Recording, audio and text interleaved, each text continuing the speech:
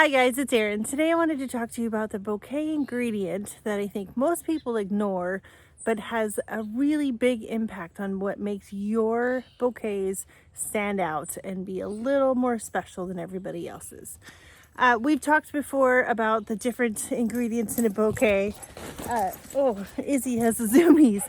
Uh, Focal flowers, filler flowers, line flowers or spikes, foliage, and the thing that pushes your bouquet just over the top is the sparkly bits, the airy bits, that little bit of something that most people don't think about, but just makes your customers reach in and want to touch it and see what it is. It's the unusual ingredients that some people don't ever think about. So I wanted to go through the list of my favorites, most often used in my bouquets, in my zone. There's two of them that I can't show you in real life because they're earlier season flowers. Oh my gosh, my dogs are going crazy. Look at them too. They're earlier season flowers, but several of them are perennial and almost all of them are still blooming right now. So we'll start with the early season bloomers. The first one I want to say is sweet peas. For us, a lot of people grow sweet peas. They don't have the longest vase life, but I've done videos before that you can look up that talk about how to get the best vase life out of them. But they really, the scent of them, the small flower, the big long vines that you can add to it, they really are one of the best little sparkly, airy bits that you can add to a bouquet in early spring. Here they usually bloom between late April through into early July. They don't like the heat, so they kind of peter out. Though I do have one back here on the arbor that for whatever reason is still blooming, which is awesome. But it doesn't have any blooms out of it at the moment, but it was a week ago. So sweet peas, they're just a classic. They're beautiful. They smell amazing. They have a nostalgic quality to it. When people see them, they always gravitate towards them. My favorite varieties, sweet pea, I've talked about it before. There's Molly Rillstone. It's got this really soft peachy pink coloring, huge flowers. Oban Bay is another one with great big flowers and a really strong scent. It's got a really soft pale blue color to it. And then the third one is Blue Shift. And it starts out purple. The flowers aren't quite as big and it doesn't have quite as strong of a scent, but the flowers are really cool. They start out kind of a plummy purple, and then as it ages in the bouquet or on the vine, wherever you have it, they sort of age to a blue, like almost a dark denim sort of blue, and hence the name Blue Shift. So that one, those three are my favorites for growing sweet peas. Just to put that sparkly bit into a bouquet. If you're going to grow for a wholesaler, a lot of them are buying for weddings, so find some whites too. But those are my three favorites. Another one that I don't have blooming option to show you is Columbine. These guys, they have a really short window in our area. They are perennial. They're beautiful. I've grown the Giants mix varieties from seed. I have a few that I've just bought plants over the years. They have a short window, like I said. They bloom early May to early June, and then I can cut them back and maybe get another flush, but we don't, I don't usually see that. I might get a flower here and there.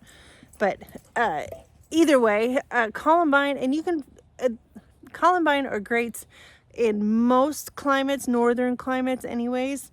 I couldn't tell you how they do in the south anywhere, but up here, and I think they're a native to Colorado, so they're cold hardy and they're just amazing. And they add this, most of them have really long stems and have these kind of bobbly little flowers at the end. I'll put a picture up if you don't know what I'm talking about. Most people do, but Columbine, they have such an interesting flower, and they come in such an array of different colors that it like I said, it adds that something that people they want to reach in and ask what it is, or see what it is, or touch it, and it just draws attention. It adds that one last thing to your bouquet to just round it out and make it sing. Okay, the third, which is my absolute all-time favorite of all of the sparkly type flowers that I grow, is Geum. I'm not exactly sure. I'll see if I can find the variety name, but this one in particular. This one has super long stems. Those are probably 2 feet long, and these really dainty apricot sort of flowers. The flowers last in a vase if you get it just the right time before they've opened up wide. They'll last a good week in the vase. And one of these, just one of these plants will put out, oh, I don't know, 50, 60 stems every season. It starts blooming for us in mid-April, early May. And as you can see, it's late September, and it's still blooming. This one, there's a lot of different types of Geum, different varieties of Geum. This one in particular, like I said, I'll try and find the name of it. But this one in particular, just simply, it has the longest stems. It has the softest color orange, apricot-y orange flowers. And it goes with, it's such a subtle, I mean, it's bright, it's orange, but it's such a soft orange that it goes with everything that I grow. I can put it in with my pale pink and white tulips in the spring, and I can put it in, I definitely put it in with a lot of my ranunculus bouquets, because it's one of the only things that's really blooming this early in the season. But it'll go beautifully with my rudbeckia and Sahara or cherry brandy at the end of the season, the dark sunflowers and the white sunflowers. It goes with everything. Oh, geez, I think I need to move. Either way, this is my absolute favorite. If you can get your hands on some of these, if you're in our area or zone 8, I'm pretty sure, well, I'll look up the stats for it. I'm not sure what all the zones are, but I'll put it on the screen. But this is my absolute favorite. It is the most productive, the most beautiful, and even after, here, let me turn the camera around real quick. So look at this. Even after it's done blooming, the little seed head, oh, if I can get it to, has these pretty little orange bits still on it. It sort of has this globe. And even, like I said, even after it's done blooming, it's still beautiful. These Geums are just the absolute best. If it's hardy in your zone, definitely grow it. All right, so the next one I want to show you is this one. This is called Talinum, or Jewels of Opar. These bright chartreusey leaves make this cute little mound in your landscape. And then it puts out these beautiful little, well, long stems that have these gorgeous little red seed heads on them. They're called Jewels of Opar because they have these little jewels on the end of the flower stems. These guys in our zone, again, 8B, these will self-seed. Oh, let me stand up. Those will self-seed, and I didn't plant any of those. I have one right there. I have several more in this bed. I didn't plant any of them. They self-seeded. A lot of people prefer a really tidy garden and they want only what they planted, but I'm not that person. I like to let nature kind of do its thing within reason, obviously. But these guys, they start blooming in around July. They're really easy to start from seed if you buy seed or if you let them just self-seed in place. They're really easy to start. They start blooming in late July, and they have a really long-lasting stem. It'll last a couple weeks probably in a vase, and they'll go all the way till a frost.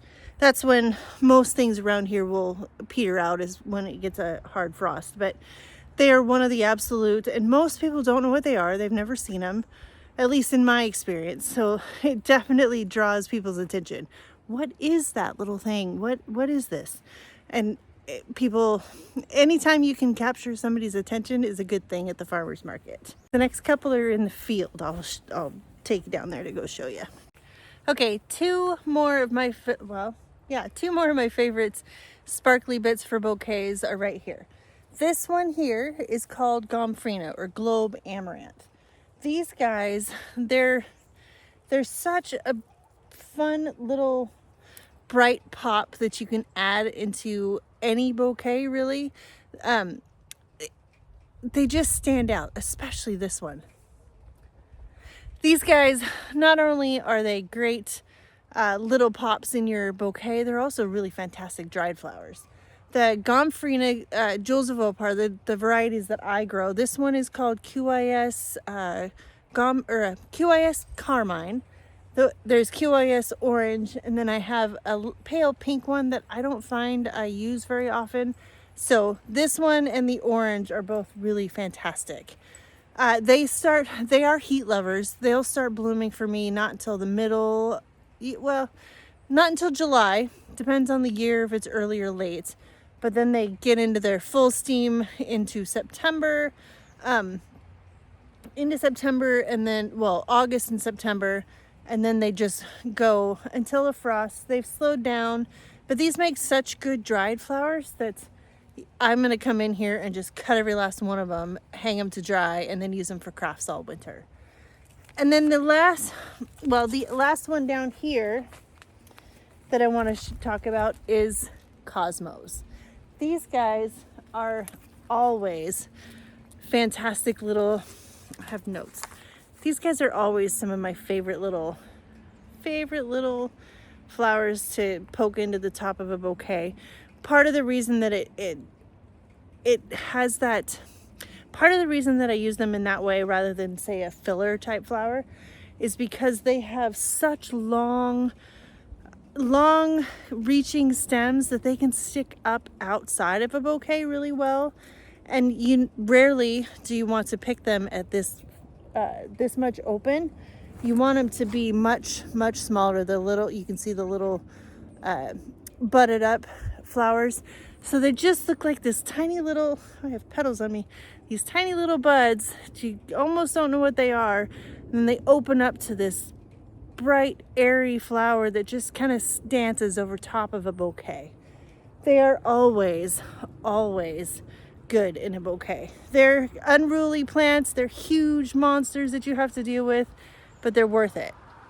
The three or four varieties that I like to grow the most. This one here is a double click bicolor. I really like this one. It has extra ruffles on the center and the two-tone. Every plant's going to give you different colored flowers. Some will be more raspberry, some will be more white, and I like the variation.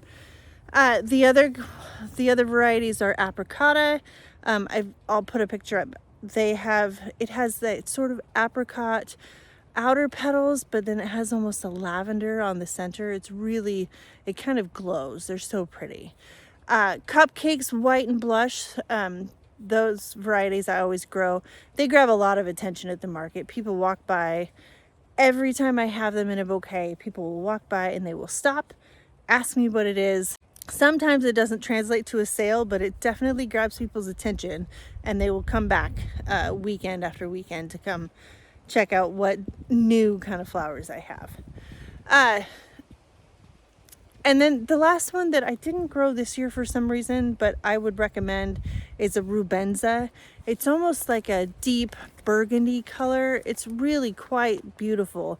It's an open Cosmo like the apricota. It doesn't have a bunch of extra frilly anything like the cupcakes varieties or these double clicks, but it's absolutely gorgeous. And especially late in the season, if you're going to succession sow your Cosmos, rubenza I would do later because it goes so beautifully with your black-eyed Susans.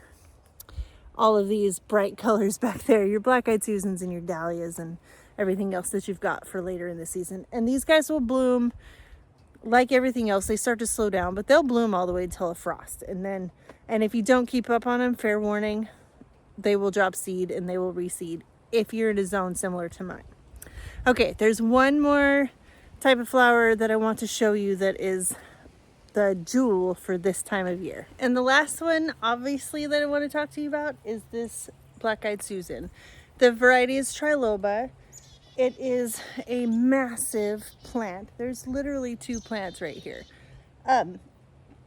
If you've seen any of my bouquet or market videos lately, you've seen these guys in action. They are long, very long stems. They go all the way down. Very long stems with these sweet little black-eyed Susans on the end of them. You'll get a whole spray on any stem that you cut. You only need, if you have a small farm like me, or you just have a cutting garden for yourself, you only need 1, maybe 2 of these, and you will get hundreds and hundreds of stems. They're so fantastic. They're little flowers of sunshine, in my opinion, and they go beautifully with the big black-eyed Susans, with darker colored sunflowers and dahlias and anything that leans towards fall. I make a bouquet that's all yellow flowers, sunflowers, the big Indian summer black-eyed Susans, these guys, anything yellow that I have, and they fly out of the market every time.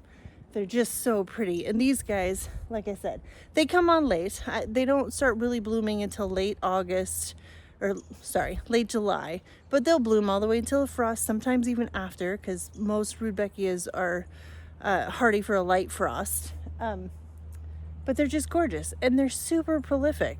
They're so easy to grow. These 2 in particular, self-seeded. I think the birds dropped a seed at one point, and we had 1 grow last year, and then 2 grew this year. They're kind of crazy. I'm gonna try. I'm not gonna save seed from this. I'm gonna actually pull these out of here, and I'm gonna grow a couple of them out on the edge of the field in a hedgerow that I'm trying to build. So I'll just have a couple of them there that I can cut from every year, and hopefully that will suffice for what I need. I absolutely love these. Now, I don't want you guys to think that this is any kind of hard and fast list. There's so many other options out there that you can use. There's campanula, there's forget-me-nots and cress and all kinds of other beautiful things. These just happen to be what I use the most, what works the best for me, what goes with my the flowers that I grow the best. I do want to emphasize just how much of a difference something little as 1 stem with a little tiny flowers on it will add to your bouquet.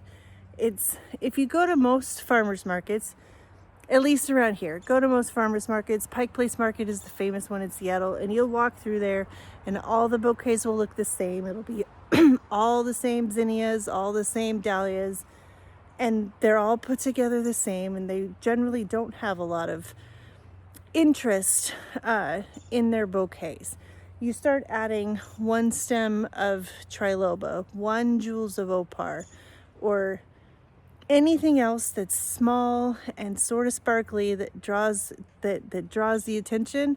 You'll be amazed at how quickly you get the attention at the market, how much of a difference it makes in your bouquet. It's just something little, but it sets you apart from everybody else. Okay guys, I hope that you enjoyed this. I hope that you're maybe inspired to try one of these plants. I really hope you do. I love every stinking one of them.